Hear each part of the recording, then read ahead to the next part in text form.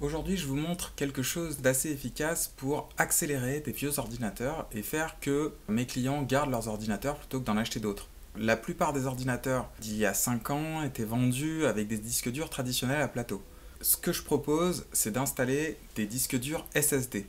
Donc vous avez sous vos yeux l'ordinateur du client et le client m'a demandé de changer d'ordinateur. Il en a marre, il est épouvantablement lent.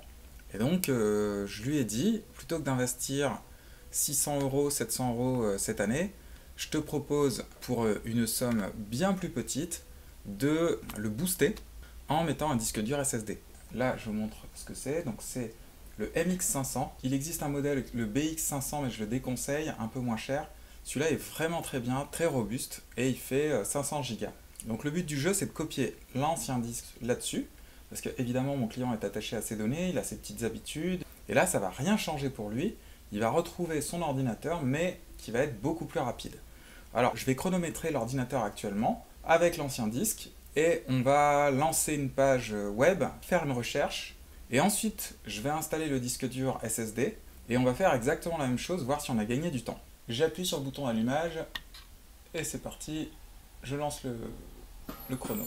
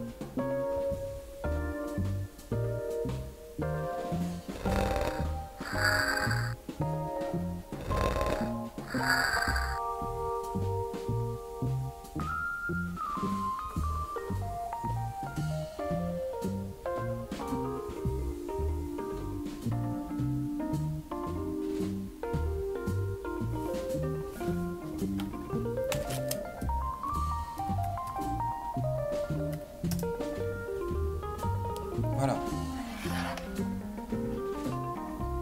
Donc, alors effectivement ça rame beaucoup, il n'y a pas encore les icônes ici. Bon, je vais juste attendre que les icônes apparaissent et je vais lancer le Firefox par la barre des tâches.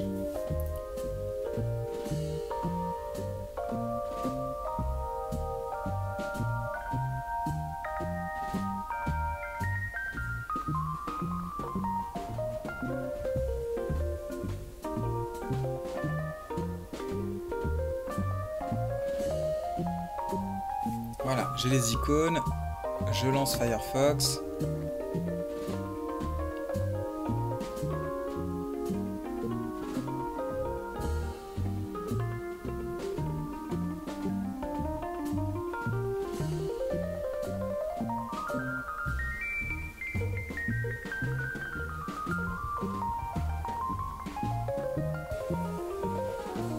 Je vais faire une recherche, je vais donc taper hamster.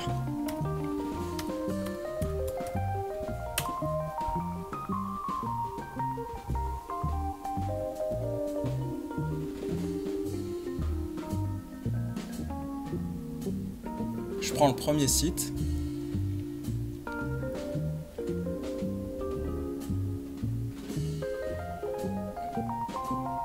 Allez.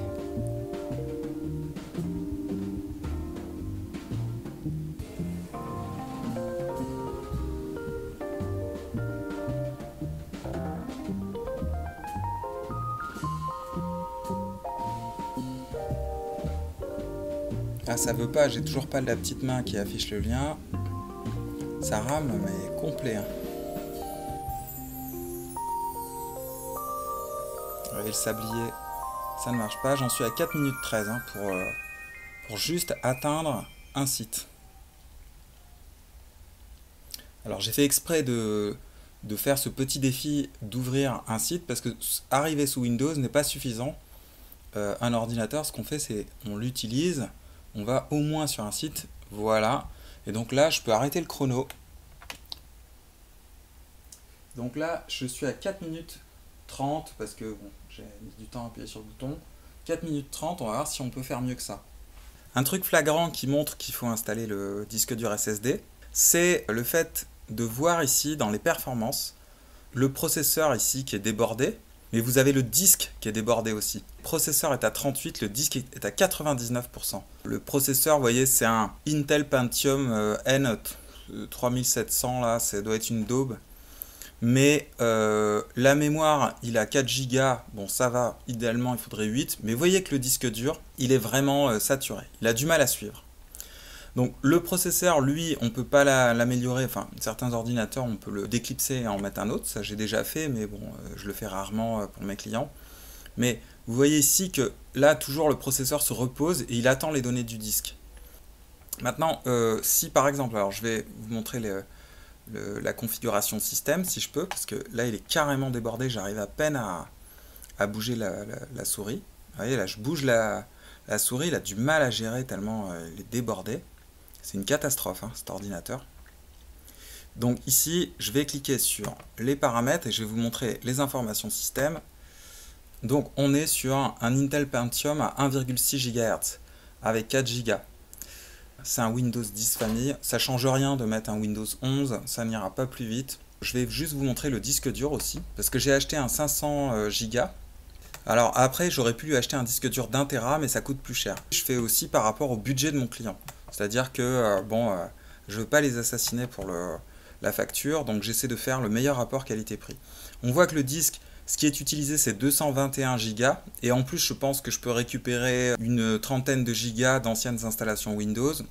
L'idée, c'est que mon client utilise encore l'ordinateur pendant 4 ans, et après, il pourra changer. Maintenant, c'est parti, j'éteins l'ordinateur, on va copier les données sur un disque SSD.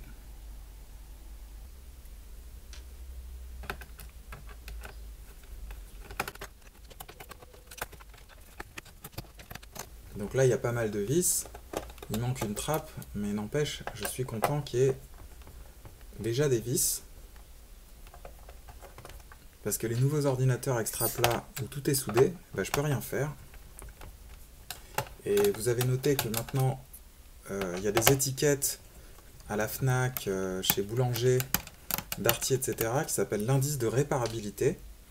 Et ça, c'est très bien, parce que ça va forcer les marques à mettre des vis pour qu'on puisse changer la batterie, les barrettes mémoire, le disque dur, pourquoi pas le processeur, pourquoi pas la carte graphique. On pourrait faire des choses sur les ordinateurs portables plutôt que de les balancer. Donc Apple a un discours par exemple très écolo, mais ils n'appliquent pas ce qu'ils disent. Parce que s'ils étaient vraiment écolo, bah, ils feraient des ordinateurs avec des vis. Et donc là, il ne faut pas que j'abîme l'ordi, hein. Il n'est pas à moi, vous avez compris. Ok, jusqu'ici tout va bien. Il y a encore un truc qui résiste par là.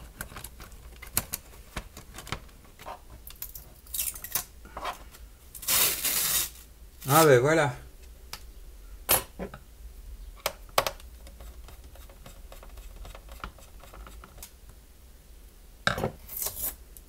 Quelle merdasse. Bien. Donc le disque dur est ici.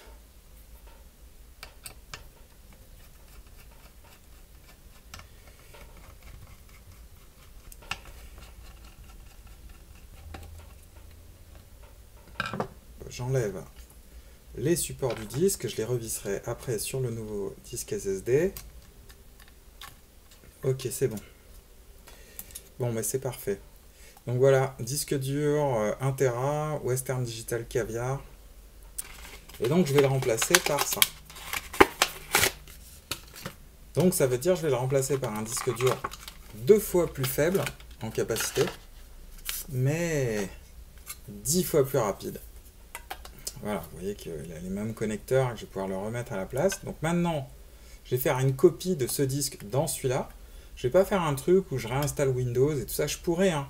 Il y a Windows 10, il suffit que je démarre, je fais une réinstalle Windows 10, sauf que là, je vais y passer beaucoup de temps, parce qu'une fois que tu as mis Windows 10, il faut remettre toutes les applications, des fois il y a Office, il y a une licence Office, etc. Ces photos, ces images, et là, tu n'as pas fini, et surtout, si tu déplaces les icônes, les applications, les mots de passe, c'est plus les mêmes, les clients te rappellent en disant « Ah oui, mais vous avez changé ceci, cela », donc quand tu fais une réinstall complète, Pour les gens, c'est difficile. Donc vous avez ici le disque dur d'origine et dessous le Crucial. Et je les ai branchés dans cette tour. Et cette tour, c'est un vieux médium que j'ai un peu boosté. C'est un Pentium 4 et ça suffit à lancer des logiciels de copie. Donc voilà, c'est toujours utile d'utiliser les vieux ordis. Donc je le branche. Alors pour faire la copie du disque, j'utilise HD Clone. Alors c'est un logiciel que j'avais acheté 50 €. Il marche avec toutes les marques. Il peut copier le disque, les partitions. Il m'a fait vraiment que du bon travail. Donc je fais un clonage du disque complet et pas d'une partition. Alors ça m'est arrivé de faire du clonage d'une partition pour récupérer un peu de mémoire. Mais après, Windows ne démarre plus et il faut lancer toute une procédure de réparation du boot. Ici, moi, je vais cloner le disque complet. Comme je sais que je vais avoir pas mal de place libre de toute façon. Donc la source, c'est le Western Digital Caviar d'origine, 1 Tera, que je vais copier sur le SSD, qui fait 500 Go. Bon, l'autre disque, c'est le disque source de l'ordinateur. Donc je copie le disque 2 sur le disque 3. Je fais suivant.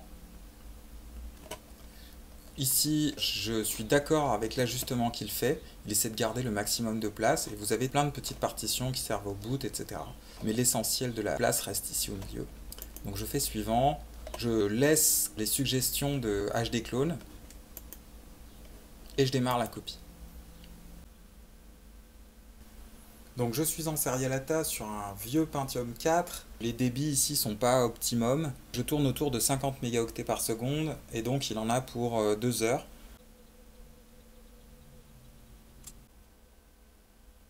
Voilà, 1h30 s'est écoulé. J'ai plus qu'à appuyer sur automatiquement pour bien régler les partitions. Je ferme. Et j'éteins l'ordinateur.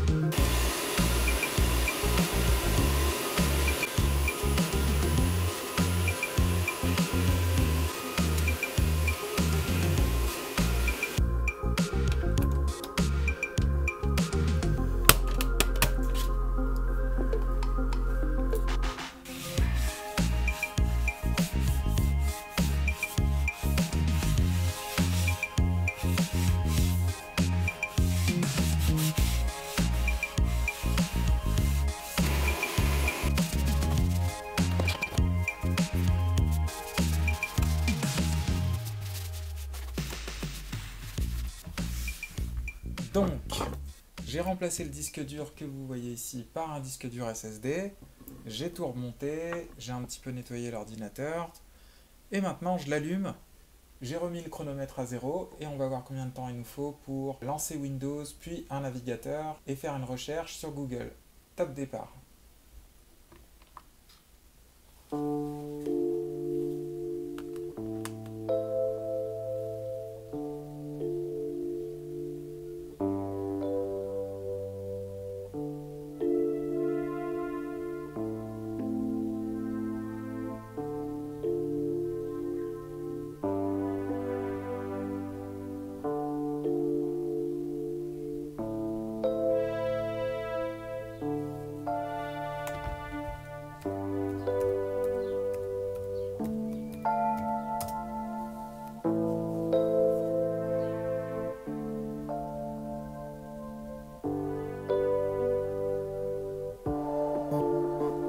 Alors, on voit déjà que les icônes ici sont tous lancées.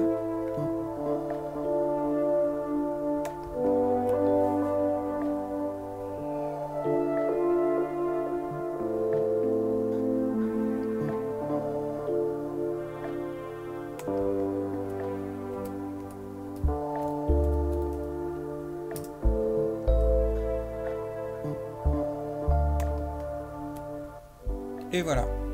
Il aura fallu 1 minute 24, on va dire que j'ai multiplié par 3 la vitesse de cet ordinateur. Et Encore là, c'est au démarrage, c'est-à-dire qu'une fois que l'ordinateur est allumé, il va fonctionner beaucoup plus vite à l'usage. Vous voyez ici que le disque il n'est plus débordé. Tout à l'heure, il était à 100%. Quand je lance quelque chose, on voit que c'est le processeur qui est maintenant débordé. Par contre, le disque dur qui était à 100% ne l'est plus. Donc ce qui se passe, c'est que le processeur n'attend plus la mémoire et il est nourri par le disque dur.